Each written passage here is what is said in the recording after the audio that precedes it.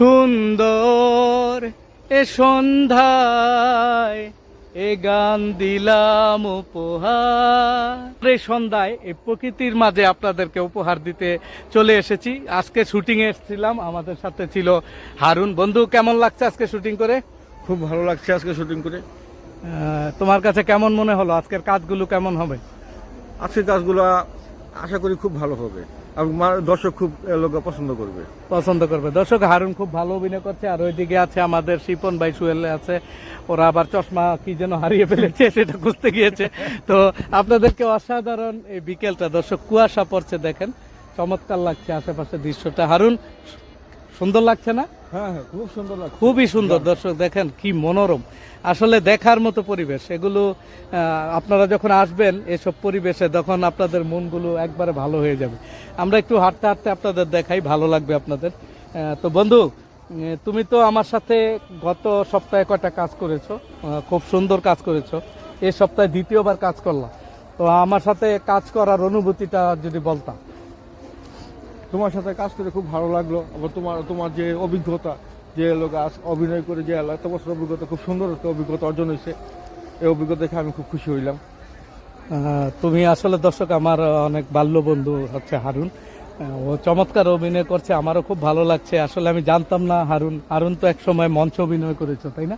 হ্যাঁ, ওই যে আমাদের বড় ভাই পাওয়া গেছে। দর্শক, এই আমাদের আজকে বড় ভাই শিপন ভাইও ছিল। আজকে আমরা জুম্মার নামাজ পড়ে না খেয়ে শুটিং করতে চলে এসেছি আপনাদের জন্য। সবাই খেয়েছো? তুমিও তো খাও না? ওই যে দেখেন হিরু তোমার কি যেন হারিয়ে গিয়েছিল? আমার চশমা। কি হারিয়েছিল একটু দর্শকদের দেখাও। চশমার ডান্ডি। দর্শক দেখেন, এই যে চশমার একটা এইরকম ডাট হারিয়ে গিয়েছিল। তুমি যে খুঁজে পেয়েছো, এটা দর্শকদের কিছু বলবা, তোমার অনুভূতি?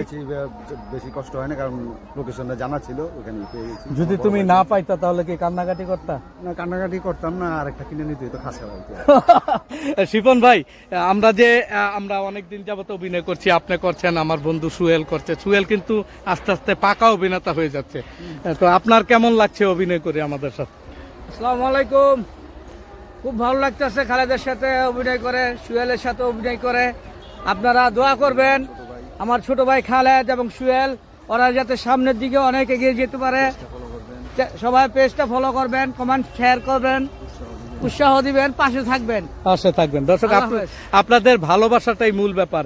সুহেল কিছু মনে হয় বলতে চাইছে দর্শক। পুরানো অভিনেতা কিন্তু ওই যে হারুন অনেক পুরনো বন্ধু এবং মঞ্চ অভিনেতা। সম্ভবত হারুন কিন্তু সংসপ্ত নাটকে দলে ছিল, বসুন্ধরা নাট্যগোষ্ঠী। হ্যাঁ, বসুন্ধরা নাট্যগোষ্ঠীতে আমিও বসুন্ধরায় কাজ করেছি। পাশাপাশি আমি কথক নাট্য দলও তো হারুন কাজ করছিলাম নাকি? মেরাজ ফকিরের মা নাটকে অভিনয় করেছিলাম। দর্শক, সেই অনেক আগে আমি হারুন একই নাটকে অভিনয় করেছিলাম।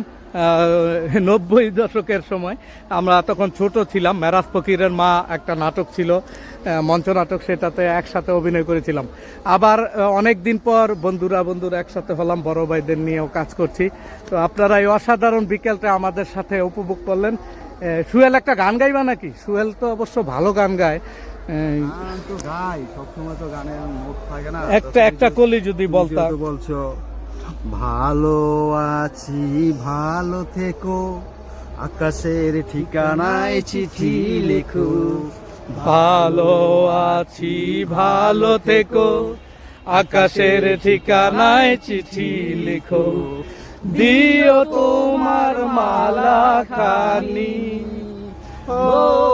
দিও তোমার মালা খানি, বাউলেরি মনটারে আমার ভিতরে বাহিরে অন্তরে অন্তরে আছো তুমি হৃদয় জুড়ে।